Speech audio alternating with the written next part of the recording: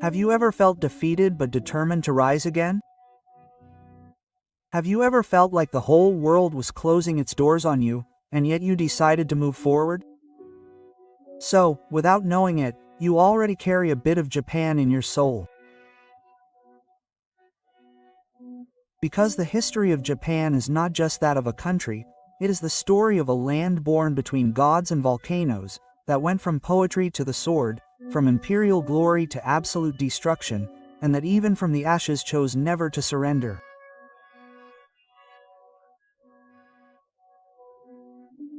In this video, you will discover how an isolated people became an empire, how it fell, was humiliated, bombed, silenced, and yet rose again stronger than ever, transforming itself into a technological, cultural, and spiritual power admired by the entire world. But this is not a history class. It is a conversation with you, with your pain, with your search, with your desire to learn, grow, and understand how an identity is rebuilt when all seems lost. Because what you will see here is not only the complete history of Japan, it is a mirror and perhaps also an answer. Before we begin this powerful story, I invite you to subscribe to the channel right now. Here we tell stories that transform, inspire, and awaken something deep inside you. And let me ask you for something very special. Write this phrase in the comments. Japan fell, but chose to rise. I repeat, Japan fell, but chose to rise. With that simple comment, you will be helping this message reach more people who need to hear this story. And who knows, maybe it's just what someone needed today to not give up. 1. In the beginning, the myths that shaped the Japanese soul, long before there were samurai, temples, or modern cities like Tokyo, Japan already had a history, but it was not an ordinary story, full of dates and wars. It was a story of gods, of magic, of sacred beginnings. Because for the Japanese, their land was not simply formed by nature, but was created by divine hands. According to the ancient texts of the Koiki and the Nihonsoki, two of the country's oldest chronicles, the gods Izanagi and Izanami, were sent from heaven to create the world. From the top of the celestial bridge, they thrust a magic spear into the primeval sea. When they drew it out, the drops that fell formed the first islands of Japan. Thus, from its origin, Japan is not just a country, it is a sacred gift, and it does not end there. From these gods, Materasu, the sun goddess, was born, a fundamental figure in Japanese spirituality. According to tradition, the Japanese imperial lineage descends directly from her. In other words, the Emperor of Japan was not seen simply as a ruler, but as a descendant of the gods. This gave the country a unique identity, a blend of land, spirituality, and destiny. This founding myth was not just a children's story, it was part of daily life. It determined ceremonies, justified the emperor's authority, and reinforced the idea that the Japanese people were united not only by blood, but by the sacred. Nature was a reflection of the divine, and that is why every mountain, river, or forest was venerated. Japan was born in this way, not as a conquest, not as a migration, but as a celestial creation. And this belief influenced every subsequent stage of its history, because in order to understand the history of Japan, one must first understand that for them, their story began in heaven, and just after this divine origin, a figure emerged who would change everything. The first emperor, the first empire, and the almost sacred figure of the emperor. After those mythical beginnings in which gods walked among the waves and the earth was touched by the celestial, Japan took its first step towards real history. And that step was the formation of the first Japanese empire, headed by a figure who was no ordinary ruler. He was the emperor, a direct descendant of the gods, a living symbol of the soul of the nation. According to tradition, the first emperor of Japan was Jimmu, who ascended to the throne in the year 660 BC. Although there is no historical evidence to confirm every detail, his figure represents the beginning of the oldest imperial lineage in the world. A line that incredibly continues to live on to this day. For centuries, the emperor's power was not only political, but deeply spiritual. He ruled not by force or conquest, but by divine right. He was the bridge between heaven and earth, between the gods and the people. His word carried sacred weight and his presence marked the center of Japanese identity. But as the country grew, challenges arose. Different clans began to gain strength, controlling regions, lands, and armies. The emperor, although he remained the supreme symbol, began to surround himself with a class of nobles and warriors who would gradually also influence the destiny of the country. And here something very important appears: the need for organization. Japan adopted administrative systems, cultural influences, and even forms of writing from China. Temples, palaces, and communication routes were built. Laws were defined. The island began to transform into a consolidated civilization. During this time, the roots of what would later be known as the Kaito state, which would become the heart of ancient Japan, were also born. From there, the imperial generations wove the thread of Japanese history. This period planted something profound in Japanese culture: the idea that order, tradition, and a connection to the sacred were essential to the balance of the country. And although the emperor would lose political power in later centuries, he would never lose his spiritual importance. He would continue to be the guardian of the Japanese soul. And while the figure of the emperor remained steadfast, something began to arrive from the continent, something that would forever transform the way the Japanese thought, felt, and lived: Buddhism, Confucianism, and Chinese culture. 3.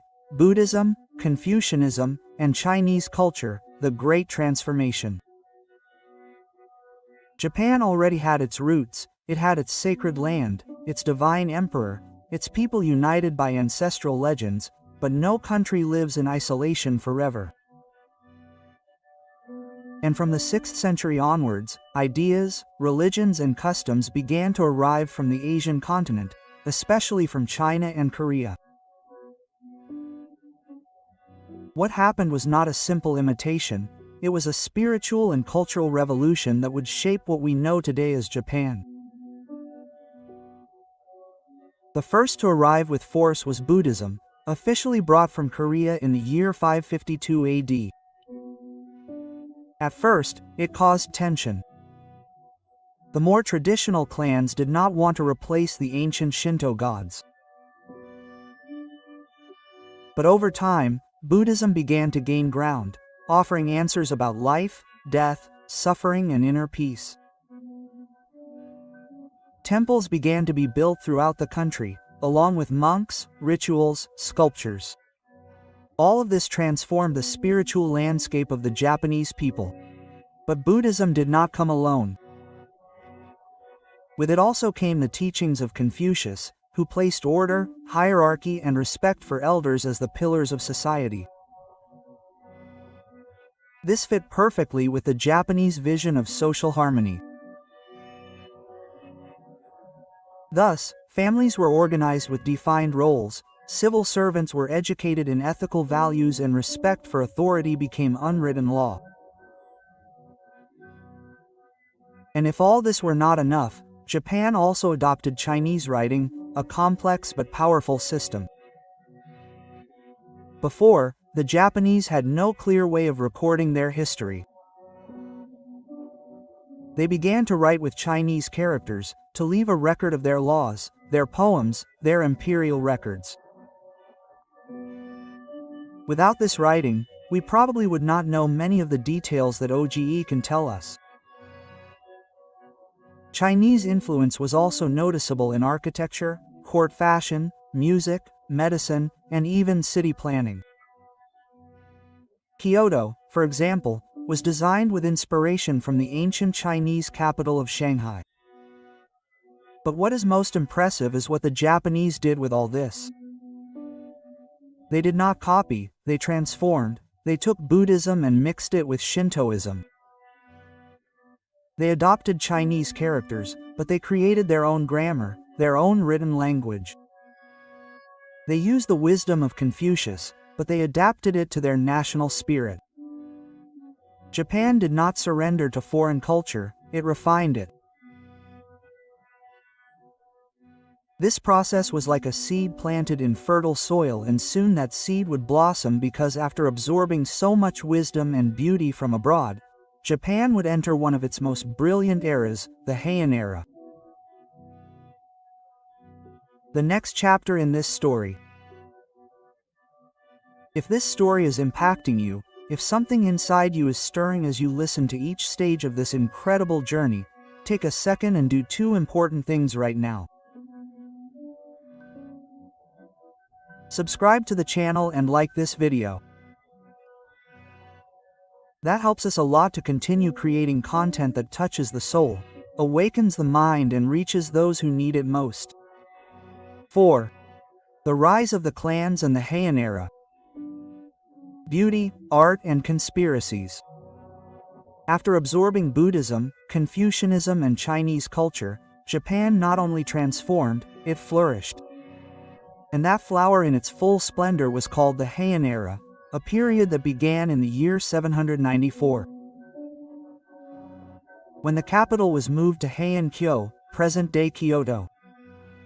For nearly 400 years, Japan experienced an era of elegance, sophistication, and cultural refinement. It was as if all the beauty it had received from abroad was now reborn in a purely Japanese style. The imperial court was at its peak of refinement. Nobles communicated through poetry, dressed in layers of silk, and art was part of daily life. Here, the first great Japanese literature was born. The Jewel in the Crown was written by a woman, Murasaki Shikibu, a lady of the court, who created a monumental work called Genji Monogatari. The Tale of Genji. Considered the world's first novel, it narrates with psychological depth and poetic beauty the life of a prince between loves, duties, and melancholy. To this day, it remains a symbol of the Japanese literary soul, but beneath that veil of beauty, shadows were woven as the nobility devoted themselves to art, tea ceremonies, calligraphy, and court dances. The powerful clans inland were beginning to gain real power. Far from the gardens of Kyoto, in the provinces, disputes over land, resources, and power were waged. The first signs of what would later become the samurai class appeared. The aristocracy of the capital was increasingly disconnected from the people and rural conflicts. The government, although still centralized, was beginning to show weakness. The emperors, locked away in the palace, were sometimes manipulated by noble families such as the Fujiwara, who ruled from behind the scenes using strategic marriages and political alliances. Thus, what seemed like a golden age was also a time of growing tension, like a beautiful theater with cracks behind the scenes. And it was precisely in these cracks that the warriors who would soon change the course of history began to emerge. They did not dress in silk or write poems. They wore armor, swords, and a code. Honor was the silent birthplace of the samurai. And while the Heian court was lost in poetry, swords were sharpened in the fields. Elegant Japan was about to face off against warrior Japan. 5. The rise of the samurai, swords, honor, and endless wars. The Heian era had left behind a legacy of beauty, poetry, and spirituality, but it had also sown the seeds of something much cruder, the decentralization of power. And that fragility was the perfect setting for the emergence of a new figure, a figure who would live for war, for duty, for honor, the samurai. Beginning in the 11th century, Japan ceased to be a country governed solely from the imperial court. Now true control began to fall into the hands of the warrior clans of the interior, who mustered soldiers, defended territories, and swore loyalty to their feudal lords, the daimyo. And among these elite soldiers was a caste that stood out for its discipline, skill, and code of conduct: Bushido, the way of the warrior. The samurai were not simple soldiers. They were men and, in rare cases, women, trained from childhood in the art of the sword, the bow and arrow, strategy, but also in poetry, calligraphy, and meditation. They lived by principles such as absolute loyalty to their lord, self-sacrifice, self-control, and bravery in the face of death. For them, life was worth no more than honor, but with so many clans seeking power, wars became inevitable. It was then that a key figure emerged, the shogun. This title, which originally meant a general who subdues barbarians, became the true political power in Japan. The emperor still existed, yes, but more as a sacred symbol. The shogun, on the other hand, was the de facto ruler. In 1192, the Minamoto clan managed to prevail over its rivals and establish the first shogunate with its capital in Kamakura. Thus was born the military government of Japan, a new era in which the sword ruled more than the pen and where decisions were made on the battlefield, not in the imperial gardens.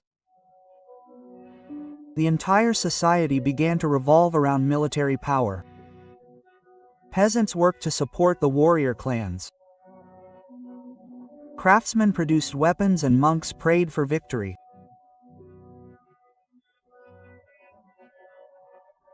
Samurai culture became the backbone of the country, but this era was not free from external threats, because while the Japanese were settling into their new military structure, a huge shadow loomed from the continent, a threat feared throughout Asia: the Mongol Empire.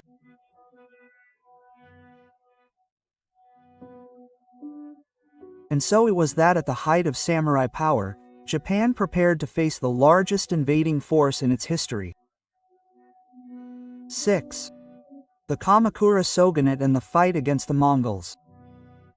After the fall of the refined world of the Heian court, Japan had been transformed into a land ruled by warrior clans.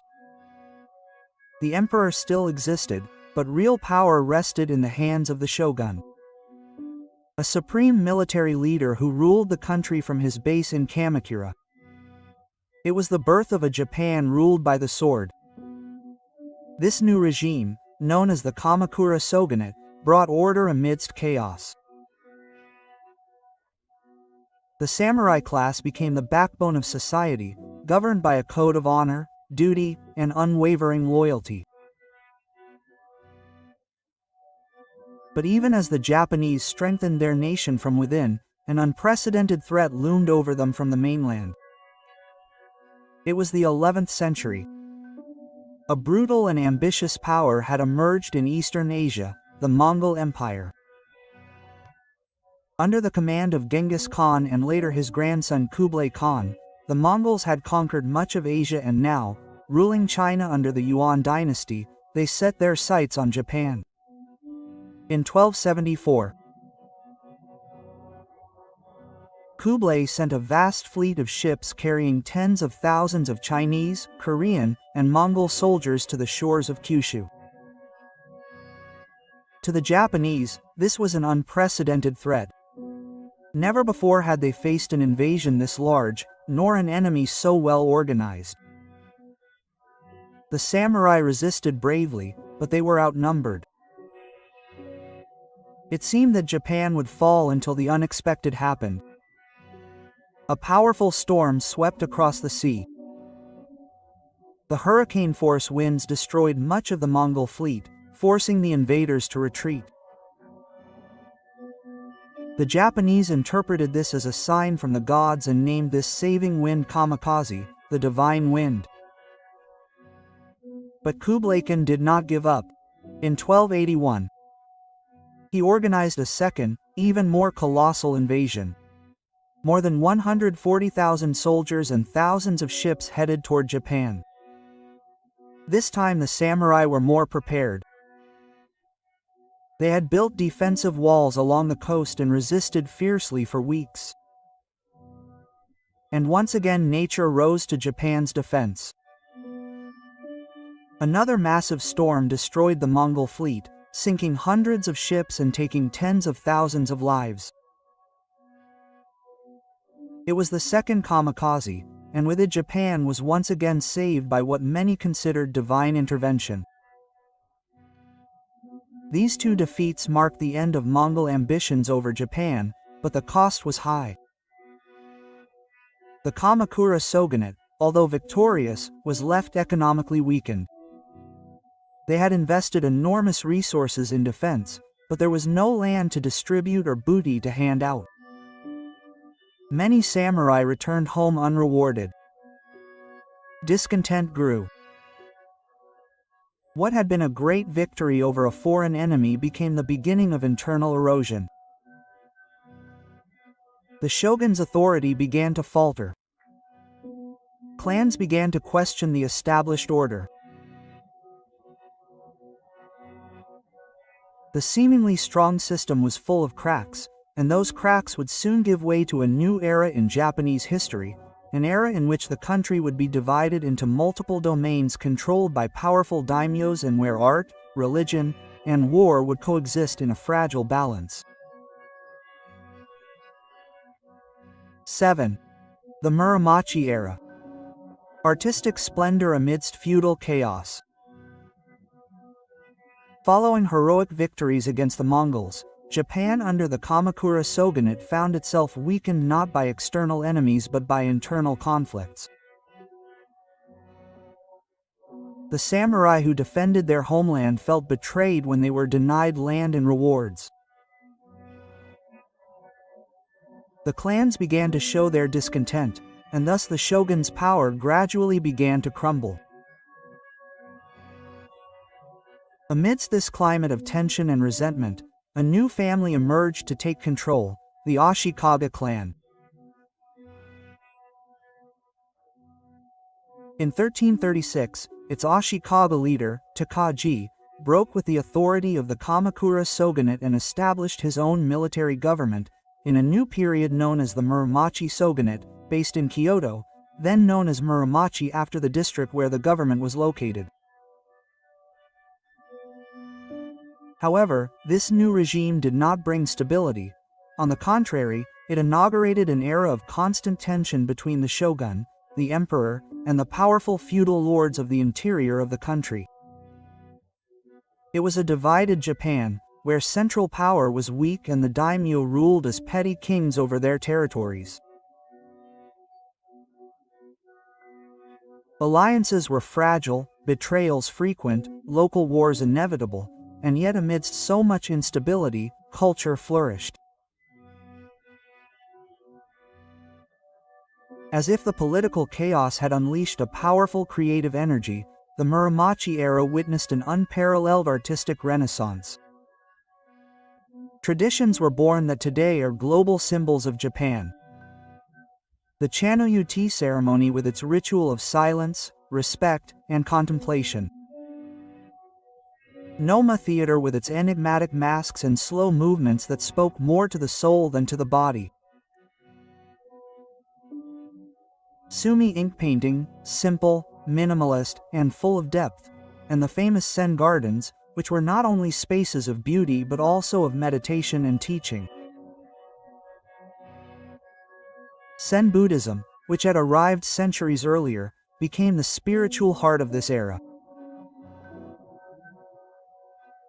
It taught that silence could be more powerful than words, that emptiness also contained beauty, and that true knowledge came from looking inward. Thus, while warlords fought for control of the provinces, artists, monks, and poets built an inner Japan, a country of aesthetic sensitivity, natural balance, and profound philosophy. But this apparent contradiction could not be sustained forever. Disputes between clans intensified. The central government could no longer contain them, and finally everything exploded. In the second half of the 15th century, a civil war known as the Onin War shook Kyoto and unleashed a total collapse of order. The country fragmented.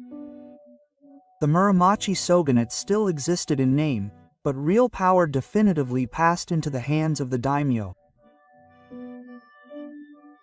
Japan entered its bloodiest, most unpredictable, and also most fascinating period, the Sengoku period, the time of the great warlords. And if you're enjoying this story, if you're feeling that this goes beyond simple facts and dates, pause for a second, subscribe to the channel, and leave a like right now. Your support makes a difference and helps us continue sharing messages like this that inspire, teach, and connect with the deepest part of each person. 8.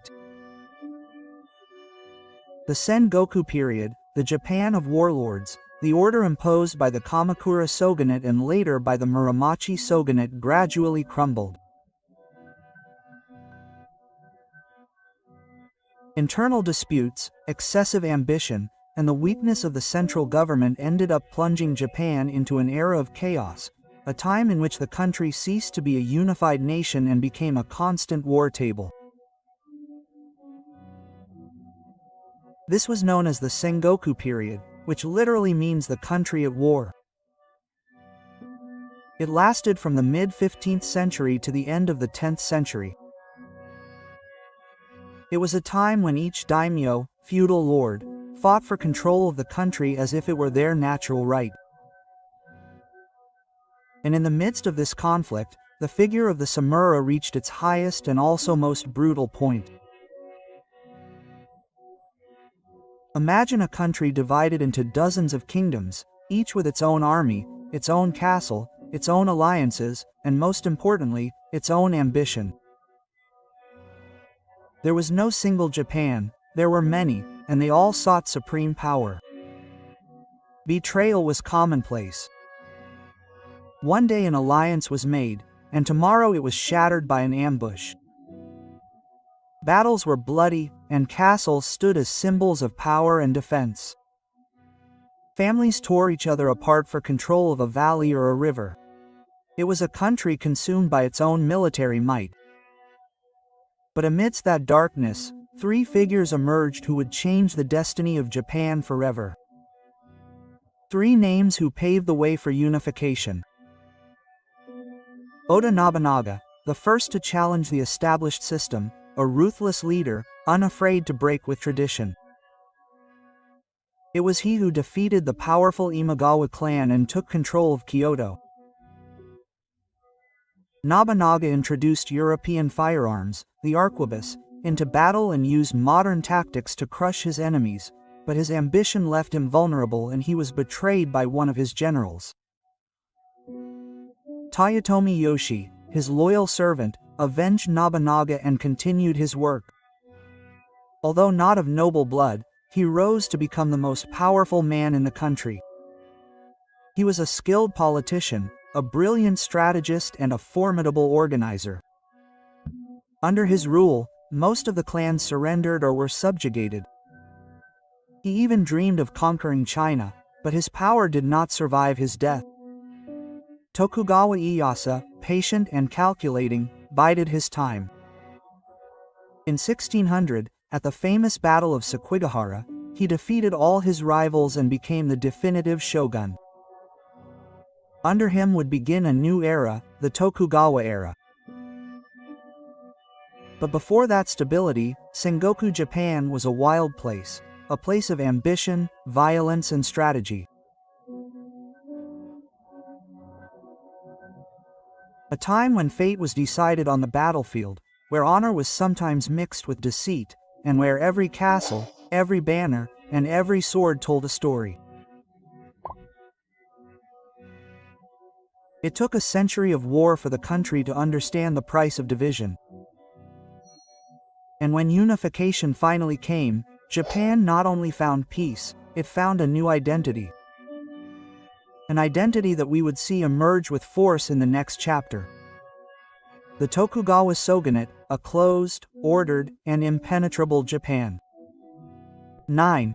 Unification under the Tokugawa, and a Japan closed off from the world. After more than a century of internal wars, betrayals, broken alliances, and ruined castles, Japan finally found a man capable of unifying it all: Tokugawa and Ieyasu. Their victory at the Battle of Sekigahara in 1600 not only crushed their enemies, but also paved the way for a new era of peace, order, and total control. In 1603, Ieyasu was officially named shogun, the supreme military ruler of Japan. Thus began the Tokugawa Shogunate, also known as the Edo period, which would last for over 250 years. Its capital would not be in Kyoto, but in Edo, present-day Tokyo. From there, the Tokugawa would rule with a firm hand over every corner of the archipelago. But what truly defined this era was not just peace, but isolation. Tokugawa and his successors believed that the chaos of past wars had been caused in part by foreign influence, weapons, foreign religions such as Christianity, and traders with dangerous ideas. To prevent that from happening again, they made a radical decision. They closed the country to the outside world. Beginning in the 1630s, Japan adopted the policy of Sakoku, literally a closed country. No one was allowed to enter or leave. Japanese who left the country were punishable by death. Christian missionaries were expelled or executed. Only a few Dutch and Chinese merchants were allowed to trade, and only from an artificial island in Nagasaki called Dejima. But this isolation did not mean backwardness. On the contrary, Japan flourished inwardly. With the country at peace, cities grew, agriculture expanded, and popular culture gained strength. New forms of theater emerged, such as kabuki, visual art such as ukiyo prints, and even a class of merchants and artisans began to prosper. Social norms were strict. Society was divided into classes: samurai, peasants, artisans, and merchants, each with their place, role, and duties. Nothing was improvised. Everything had to follow the order established by the Tokugawa. It was an era of control, yes, but also of unprecedented stability. For more than 2 centuries, there were no major wars in Japan. The country became a closed, self-sufficient island with its own culture, uncontaminated by external influences. But the world beyond its shores did not stand still. Europe, America, and the rest of Asia were advancing in technological revolutions, conquests, and trade. And Japan, although calm, was not prepared for what was to come, because one day black ships appeared on the horizon, ships that came to break that centuries-old silence, ships that would force Japan to awaken from its isolation. 10. The Forced Awakening, the arrival of the black ships. For more than 2 centuries, Japan lived closed to the world. No foreigner could enter. No Japanese could leave. It was an island not only geographically, but also culturally. Meanwhile, in Europe and America, the industrial revolutions were changing the world. New powers were emerging in search of markets, allies, and strategic routes.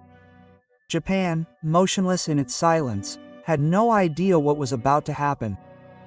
And then it happened. In 1853, 4 enormous American warships, black from the coal that propelled them, appeared in Edo Bay. They were modern, armed, imposing. At the head was Commodore Matthew Perry, sent by the President of the United States with a very clear mission: to open Japan to international trade, by force if necessary. For the Japanese, it was like seeing ships from another world. They had never seen steamships. Their own wooden and sail-powered vessels seemed like toys compared to these floating fortresses. News of the black ships, Kurofune, spread like a tremor across the country. What was to be done in the face of such a great threat? Perry returned the following year with even more ships and more pressure. Japan, without a modern military or international allies, had no other choice. In 1854, the Treaty of Kanagawa was signed, opening 2 Japanese ports to American trade and marking the beginning of the end of centuries of isolation. But this treaty was only the beginning. Soon the British, Russians, French, and Dutch arrived. Japan began to sign a series of unequal treaties that put it at a disadvantage. The clans began to divide, some wanting to adapt to the modern world, others wanting to resist at all costs. The people, the samurai, the merchants, everyone felt that the traditional order was collapsing. The prestige of the Tokugawa shogunate plummeted. Voices were calling for a return to imperial power. The emperor, who had been in the shadows for centuries, returned to the center of the scene, and so what began with American ships and forced agreements would end up unleashing an internal revolution. A revolution that would not only overthrow the shogunate, but would also set Japan on the most radical path of transformation in its history, the Meiji Restoration.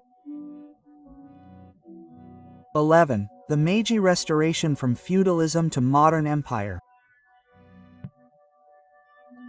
After centuries of samurai rule, rigid feudal structures, and a country closed to the world, Japan awoke to power with impressive speed.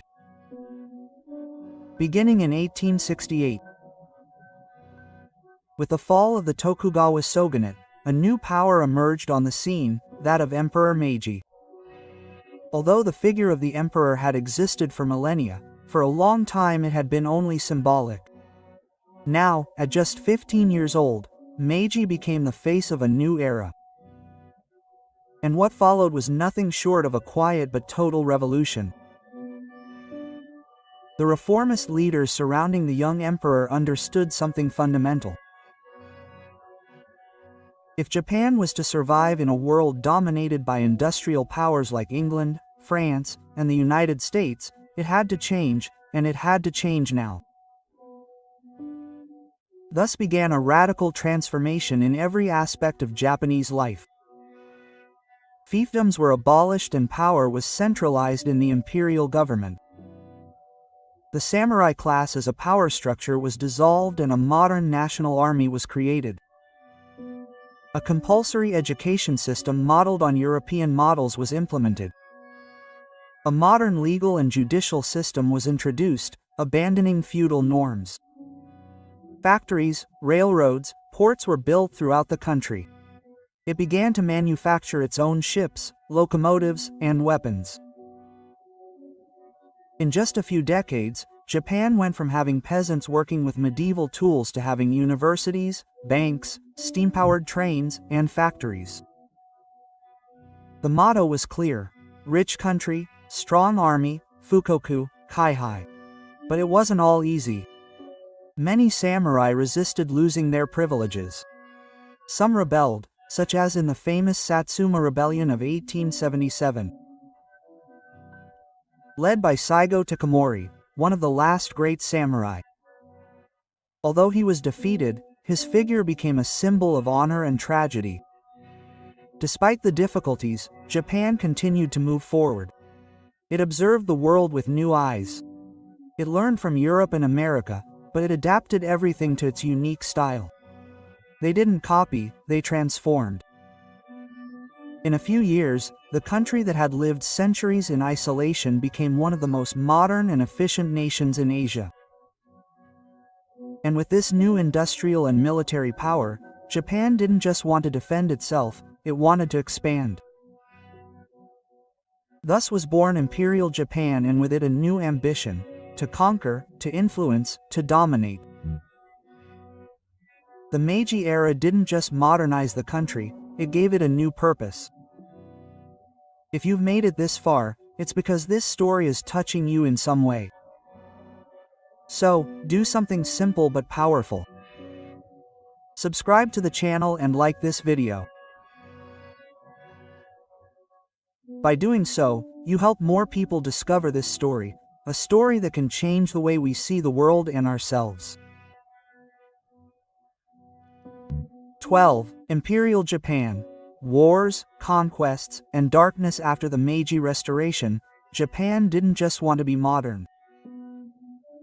It wanted to be a world power. It wasn't enough to have factories, trains, or universities anymore.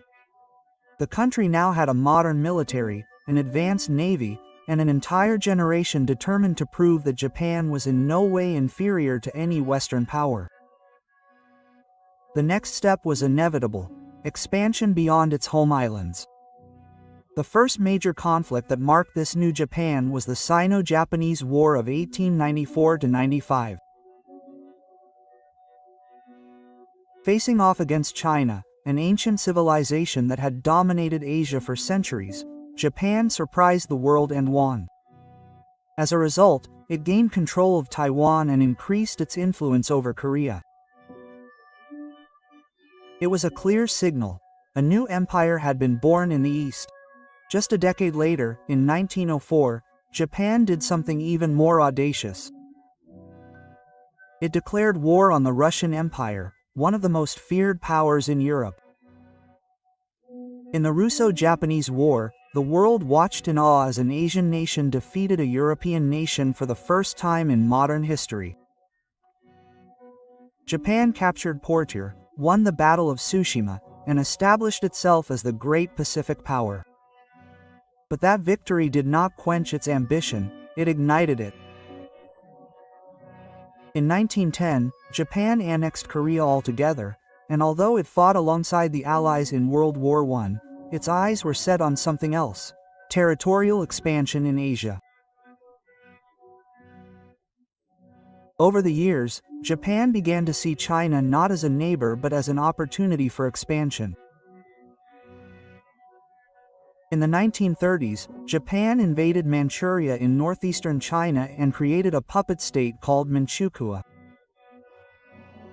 The international community protested, but Japan would not listen. In 1937, the Second Sino-Japanese War broke out, marked by extreme violence, occupation, and tragedies such as the Nanking Massacre, in which hundreds of thousands of civilians were killed. Japan had become an empire, but also a threat. And then, in 1941, he took a step that would change everything. He attacked the U.S. base at Pearl Harbor in Hawaii. Within hours, he destroyed much of the U.S. Pacific Fleet and officially entered World War II on the side of Germany and Italy, as part of the Axis. Over the next few years, Japan conquered vast territories in Southeast Asia, the Philippines, Indonesia, Malaya, and Burma, but he also left a trail of violence, forced labor, prison camps, and war crimes. But as the war progressed, Japan's military might began to crumble. U.S. bombing intensified, defeats piled up.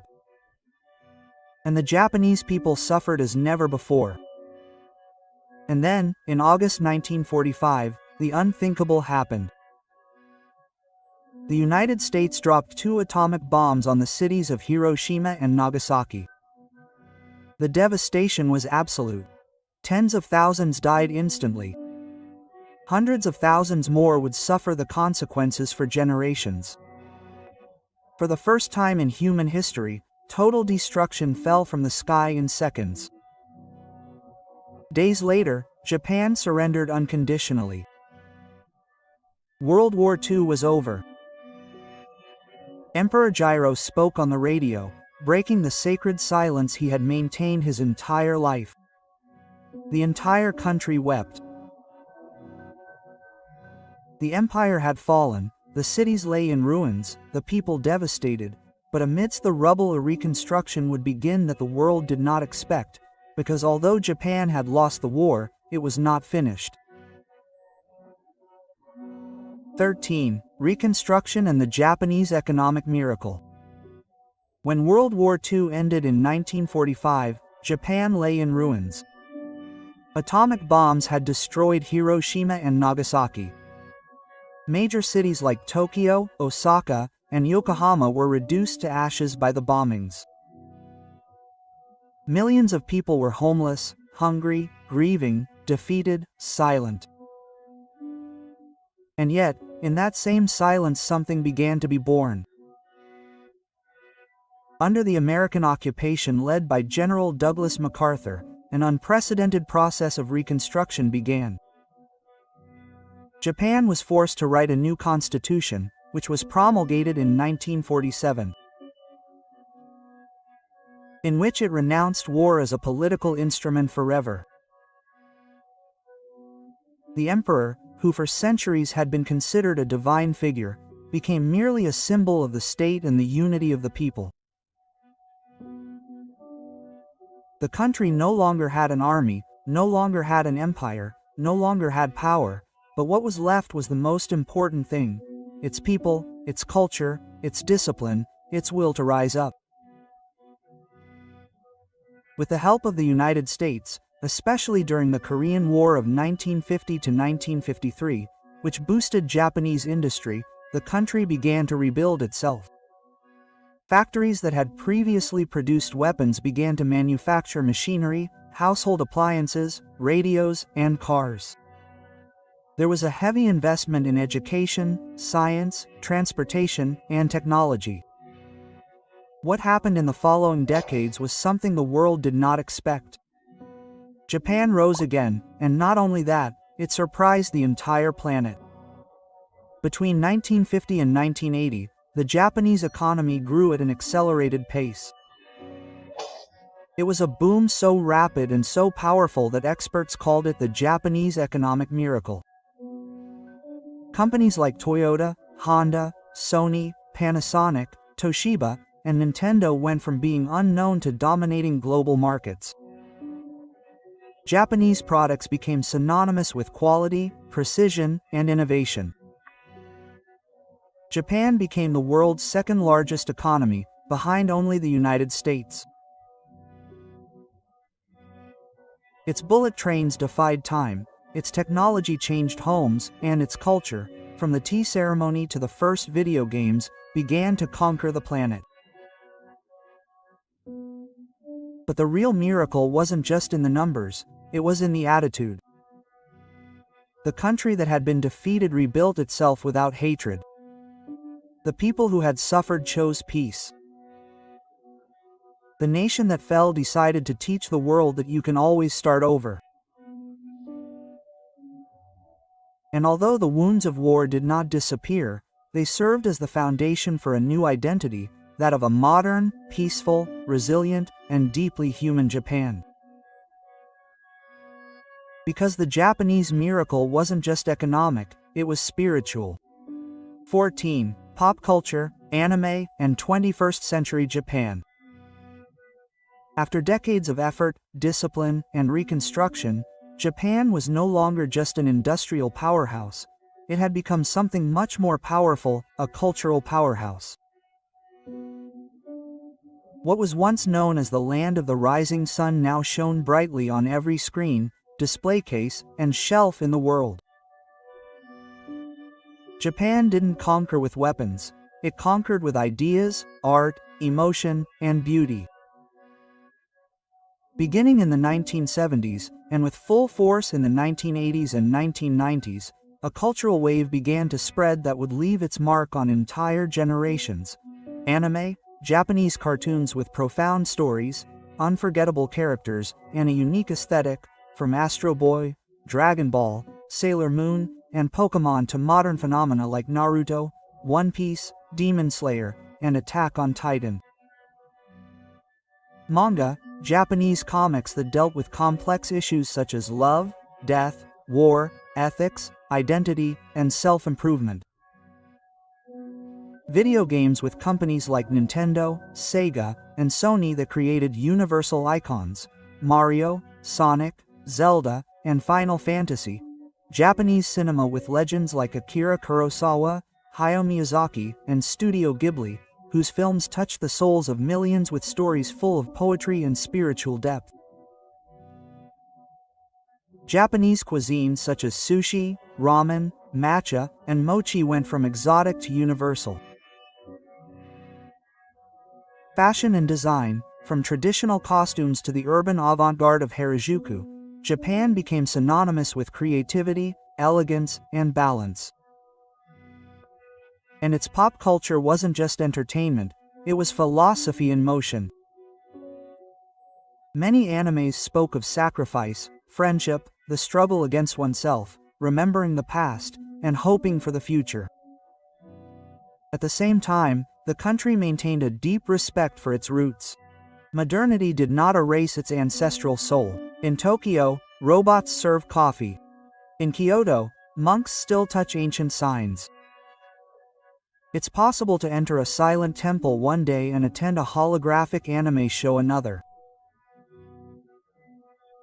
Japan became a global symbol of how tradition and technology can coexist, of how the past can be honored while still embracing the future.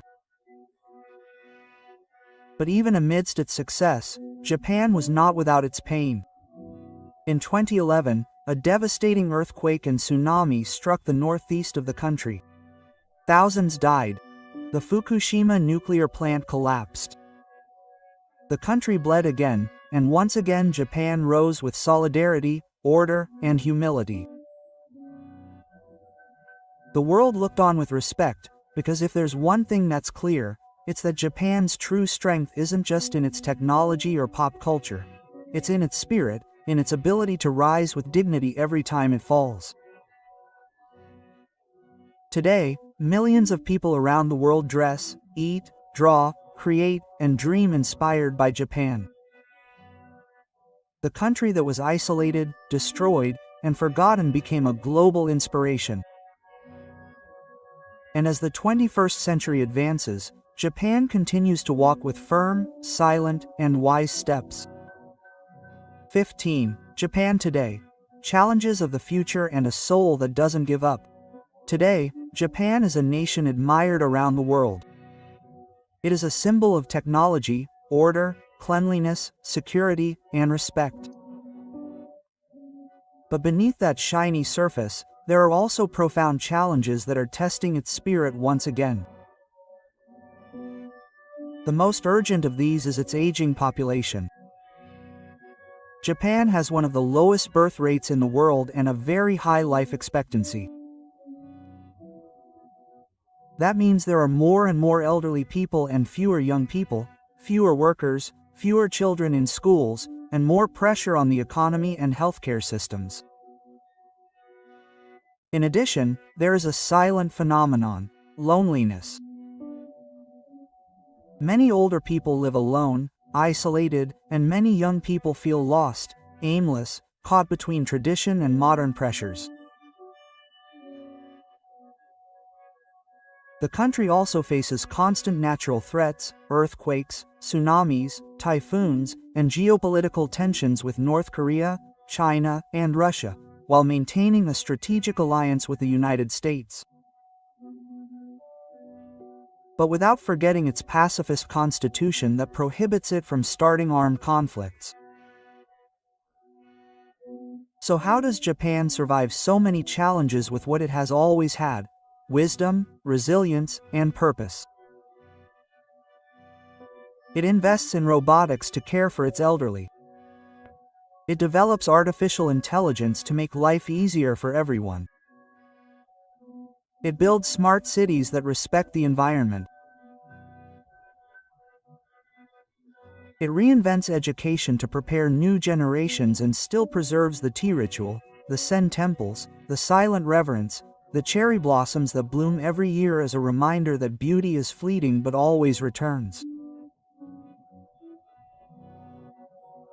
Japan continues to be an inspiring nation because it does not deny its wounds, it remembers them, honors them, and creates the future from them.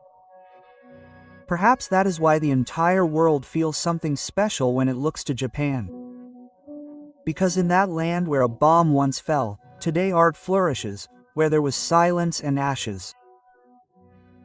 Today there is anime, science, design, spirituality. And where there was defeat, today there is dignity. Japan is not perfect, but it is a living example that greatness is not measured by power, but by the ability to rise without losing one's soul. This story is not just about one country, it is about all of us. Because like Japan, we can also fall, but like Japan, we can also choose to rise.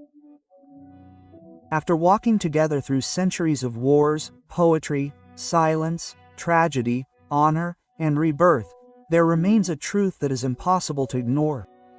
Japan is not just a nation, it is a life lesson. A people that was destroyed more than once, a country that was betrayed, humiliated, bombed, locked in its own darkness, and that still chose to rebuild itself, not with hate, not with revenge, but with art, with technology, with culture, with wisdom, with purpose. And now I ask you who are watching this, have you ever felt like that Japan, defeated on the inside? Misunderstood on the outside, watching as others advance, just trying to survive. Then, this story is yours too, because if Japan could fall so many times and still rise, so can you. If they rebuilt cities from ashes, you can rebuild dreams from scars. If they didn't let their pain define them, neither do you have to. The complete story of Japan doesn't end in a book. It begins now with you, with your decision not to give up. And perhaps that will be the greatest victory of all. And before you go, check right now if you're already subscribed to the channel. If you're not, now is the time. Here we share stories that touch, transform, and awaken what many have forgotten. And if this story touched your heart, share this video with someone who needs it. You could be bringing hope, inspiration, or the strength someone was waiting for to rise up. Thank you for being here. See you in the next story.